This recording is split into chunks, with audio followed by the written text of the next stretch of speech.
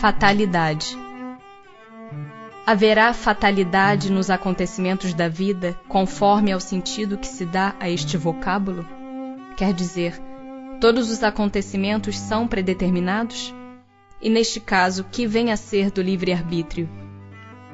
A fatalidade existe unicamente pela escolha que o espírito fez ao encarnar, desta ou daquela prova para sofrer. Escolhendo-a, instituiu para si uma espécie de destino, que é a consequência mesma da posição em que vem a achar-se colocado. Falo das provas físicas, pois pelo que toca às provas morais e às tentações, o espírito, conservando o livre arbítrio quanto ao bem e ao mal, é sempre senhor de ceder ou de resistir. Ao vê-lo fraquejar, um bom espírito pode vir-lhe em auxílio, mas não pode influir sobre ele, de maneira a dominar-lhe a vontade. Um espírito mau, isto é, inferior, mostrando-lhe, exagerando aos seus olhos um perigo físico, o poderá abalar e amedrontar. Nem por isso, entretanto, a vontade do espírito encarnado deixa de se conservar livre de quaisquer freios. Há pessoas que parecem perseguidas por uma fatalidade, independente da maneira por que procedem. Não lhes estará no destino o infortúnio? São talvez provas que lhes caiba sofrer, e que elas escolheram. Porém, ainda aqui lançais à conta do destino o que as mais das vezes é apenas consequência de vossas próprias faltas. Trata de ter pura consciência em meio dos males que vos afligem, e já bastante consolado vos sentirás. Algumas pessoas só escapam de um perigo mortal para cair em outro. Parece que não podiam escapar da morte. Não há nisso fatalidade? Fatal no verdadeiro sentido da palavra, só um instante da morte o é. Chegado esse momento, de uma forma ou de outra, a ele não podeis furtar-vos. Assim, qualquer que seja o perigo que nos ameace, se a hora da morte ainda não chegou, não morreremos? Não perecerás, e tens disso milhares de exemplos. Quando, porém, soe a hora da vossa partida, nada poderá impedir que partas. Deus sabe de antemão de que gênero será a morte do homem, e muitas vezes seu espírito também o sabe, por lhe ter sido revelado quando escolheu tal ou qual existência. Do fato de ser infalível a hora da morte, poder-se-á deduzir que sejam inúteis as precauções que tomemos para evitá-la? Não. Visto que as precauções que tomais vos são sugeridas com o fito de evitardes a morte que vos ameaça, são um dos meios empregados para que ela não se dê. Com que fim nos faz a providência correr perigos que nenhuma consequência devem ter? O fato de ser a vossa vida posta em perigo constitui um aviso de que vós mesmo a desejaste, a fim de vos desviares do mal e vos tornares melhor. Se escapas desse perigo quando ainda sob a impressão do risco que correstes, cogitas mais ou menos seriamente de vos melhorares conforme seja mais ou menos forte sobre vós a influência dos espíritos bons. Sobrevindo o mau espírito, digo mal, subtendendo o mal que ainda existe nele, entras a pensar que do mesmo modo escaparás a outros perigos, e deixas que de novo vossas paixões se desencadeiem. Por meio dos perigos que correis, Deus vos lembra a vossa fraqueza e a fragilidade da vossa existência. Se examinardes a causa e a natureza do perigo, verificareis que quase sempre suas consequências teriam sido a punição de uma falta cometida ou da negligência no cumprimento de um dever. Deus, por essa forma, exorta o espírito a cair em si e a se corrigir. Sabe o espírito antecipadamente de que gênero será sua morte? Sabe que o gênero de vida que escolheu o expõe mais a morrer desta do que daquela maneira, Sabe igualmente quais as lutas que terá de sustentar para evitá-lo, e que, se Deus o permitir, não sucumbirá.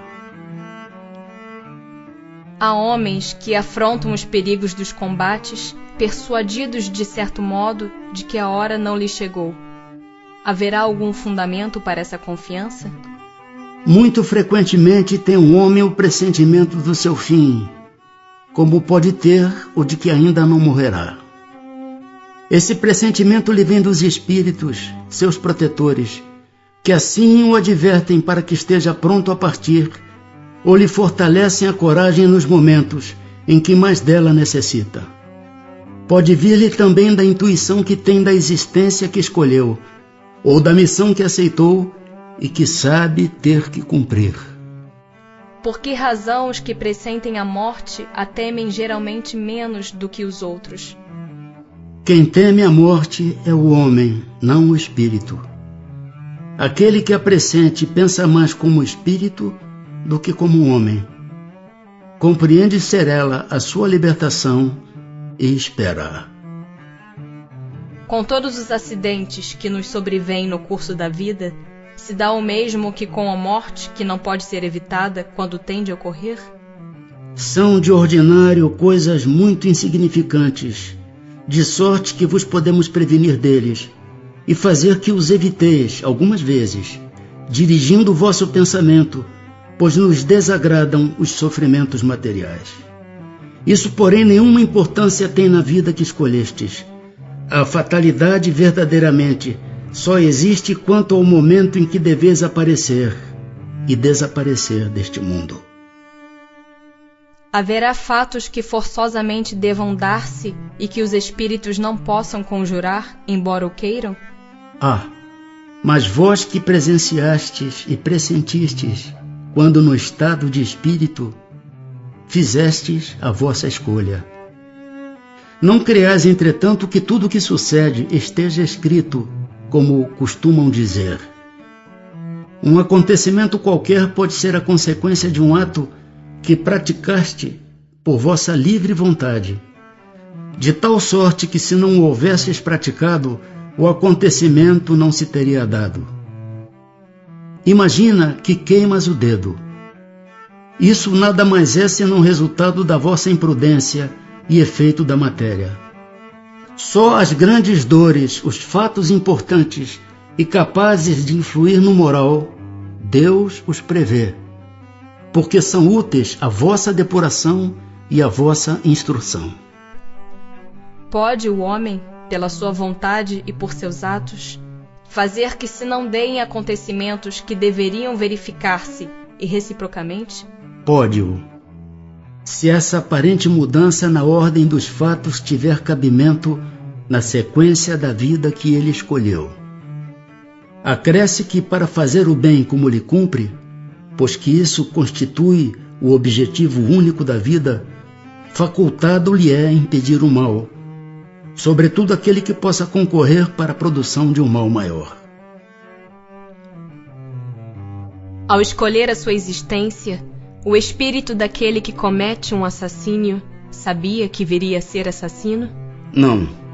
Escolhendo uma vida de lutas, sabe que terá ensejo de matar um de seus semelhantes, mas não sabe se o fará, visto que ao crime precederá quase sempre de sua parte a deliberação de praticá-lo. Ora, aquele que delibera sobre uma coisa é sempre livre de fazê-la ou não. Se soubesse previamente que, como um homem, teria que cometer um crime, o espírito estaria a isso predestinado. Ficai, porém, sabendo que ninguém há predestinado ao crime, e que todo crime, como qualquer outro, resulta sempre da vontade e do livre arbítrio. Demais, sempre confundis duas coisas muito distintas: os sucessos materiais da vida e os atos da vida moral. A fatalidade, que algumas vezes há, só existe com relação àqueles sucessos materiais, cuja causa reside fora de vós e que independem da vossa vontade. Quanto aos atos da vida moral, esses emanam sempre do próprio homem que por consequência tem sempre a liberdade de escolher.